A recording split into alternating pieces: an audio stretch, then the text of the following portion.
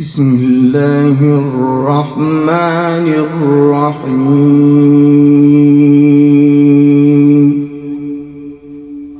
ذلك من أنباء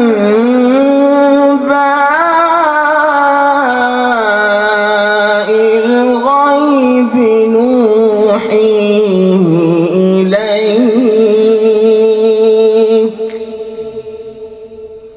وما كنت لديهم إذ يلقون أقلامهم أيهم يكفل مريم وما كنت لديهم إذ يختصمون